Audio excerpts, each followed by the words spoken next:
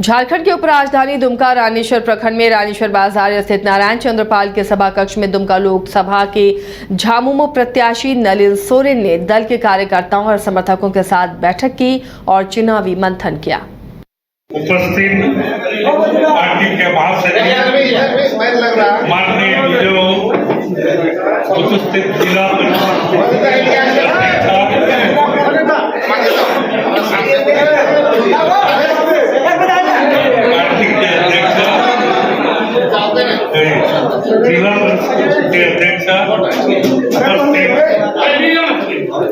सबको मिलेगा central committee के सदस्य सलाम जी, आलोक जी और मेरा प्रतिनिधि जोत सोरेन जी उपस्थित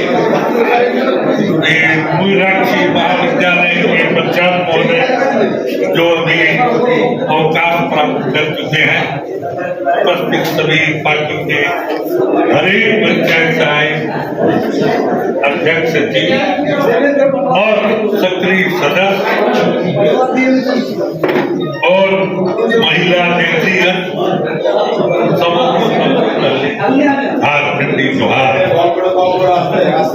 आज से कुछ माह पहले मसान जोड़ में बैठक और सभी कार्यकर्ता पूरा 17 पंचायत से आए कार्यकर्ता साथी अपना अपना विचार देने के बाद सबों ने एक जो हमसे कहा कि आपको हम लोग इस क्षेत्र का सांसद बनाना चाहिए। निरसा प्रखंड अंतर्गत पालूटी गांव के केंदुली टोला स्थित नीम के पेड़ से पिछले कई दिनों से दूध जैसा तरल पदार्थ का टपकना लोगों के बीच आस्था का केंद्र बना हुआ है। पेड़ से टपकते हुए दूध जैसे तरल पदार्थ को देखने के लिए लोगों की यहां भीड़ लग रही है। ग्रामीणों का कहना है कि पिछले कई दिन पहले बच्चों ने इसे देखा था। पेड़ से दूध जैसा कुछ रिसाव हो रहा था और ग्रामीणों को जब इसकी जानकारी मिली, फिर धीरे धीरे ये खबर जंगल में आग की तरह फैल गई। हर रोज दर्जनों की संख्या में लोग यहाँ दर्शन करने पहुंच रहे हैं।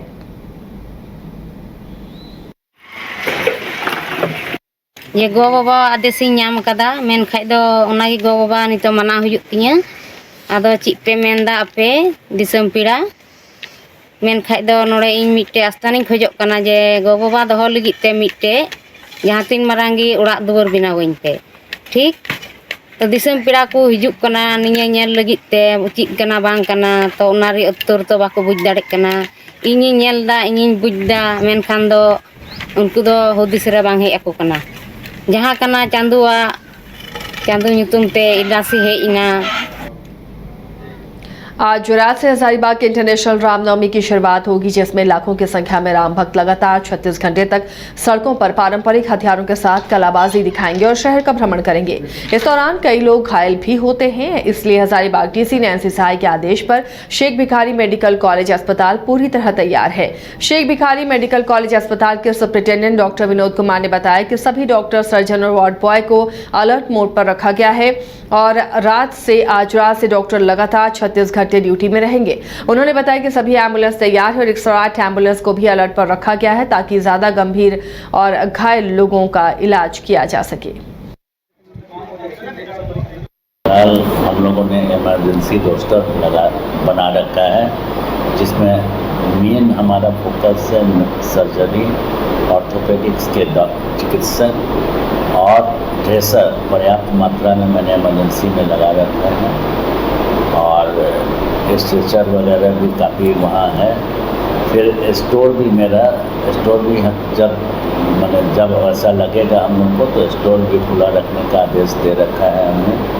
हमारे यहाँ ड्रेसर और वार्ड बॉय भी काफ़ी संख्या में आज रात और कल दिन तक लगे हुए हैं और चिकित्सीय उपकरण फॉर एग्जाम्पल ये स्टिचिंग की व्यवस्था अभी की गई है और उम्मीद है कि मरीजों को दिक्कत नहीं होगी। हमारे एम्बुलेंस में भी पहले से मेरा जो 3 एम्बुलेंस है उन लोगों को भी अलर्ट रखा गया है। ब्लड भी हमारे यहाँ पर्याप्त मात्रा में अभी उपलब्ध। झरिया के धनवाडी ओपी क्षेत्र में बलियापुर निवासी रंजीत रवानी और उनकी पत्नी से छिनतई के मामले में पुलिस ने 48 घंटे में खुलासा कर दिया है। इसमें 2 युवकों की गिरफ्तारी हुई है। सिंदरी एसडीपीओ भूपेंद्र प्रसाद राउत ने बताया कि आरोपी सुजल केसरी और शेखर रवानी गुरुवार को जेल भेज दिया गया। दोनों के पास से घटना में शामिल बाइक सहित लूटे गए मोबाइल, नकदी जब्त किए गए। मामले में तीसरे आरोपी की तलाश जारी है।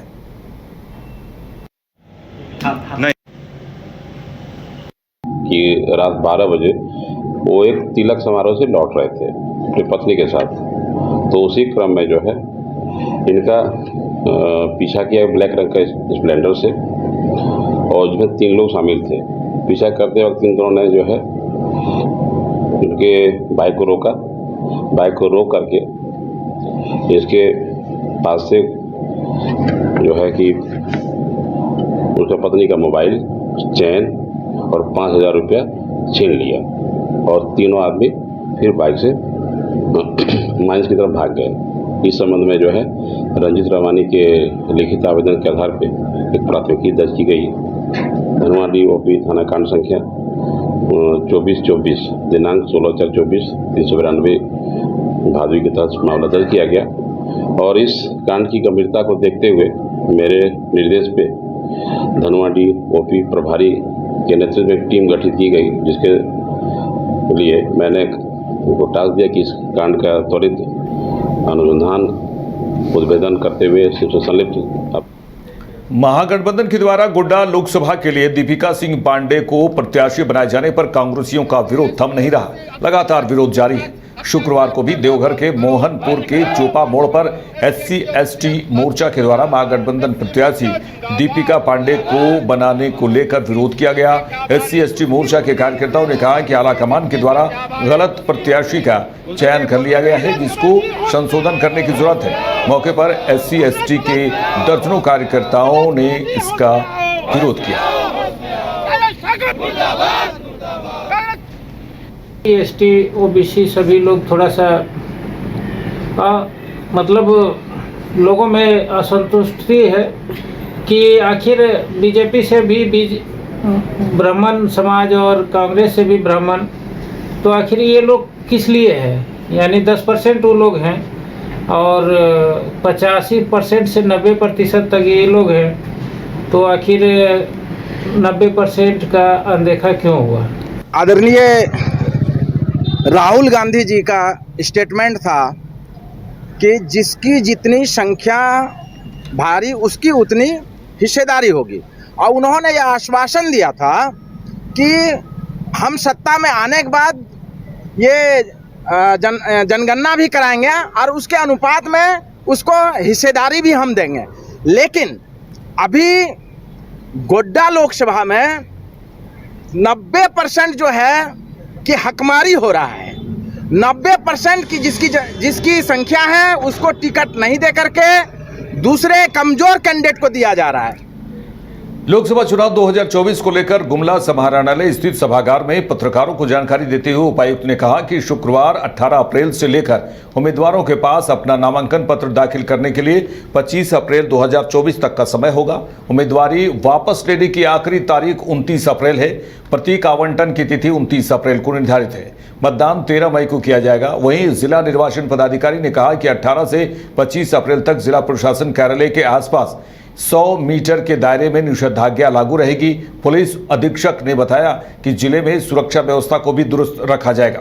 उन्होंने कहा कि जिले में आगामी चुनाव शांति और सौहार्दपूर्ण तरीके से सफलतापूर्वक संपन्न हो, इसके लिए पुलिस प्रशासन पूरी तरह से तैयार है। इस लोकसभा चुनाव में स्वतंत्र और निष्पक्ष चुनाव कराने के लिए हर एक बूथ पर और हर एक बिल्डिंग पर पर्याप्त संख्या में बल की प्रतिनियुक्ति के लिए योजना बनाई गई है।